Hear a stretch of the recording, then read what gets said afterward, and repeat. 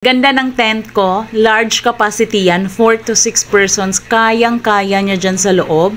Maganda yung design niya, high quality yung materials na ginamit dito, kaya long lasting. 'Di ba? Maganda yung pagka-design, ang bilis lang i-assemble. So pulidong-pulido, ganyan siya, waterproof. So hindi ka talaga mababasa dyan. Ang kagandahan din dito dahil pag i-close mo siya, pwedeng yung pinaka-cover niya or pwede rin yung net na lang para hindi ka maiinitan sa loob. Diba? So, ganyan talaga siya kapulido. Kahit sa labas, sa loob mo tingnan, makikita mo talagang maganda yung quality ng product na to. Diba? So, tingnan mo naman dyan sa loob. Ang lawak-lawak. Tingnan mo, diba? So, kung nakikita mo dyan, parang nagka-camping ka na rin. Yan, kasyang-kasya talaga 6 persons dyan.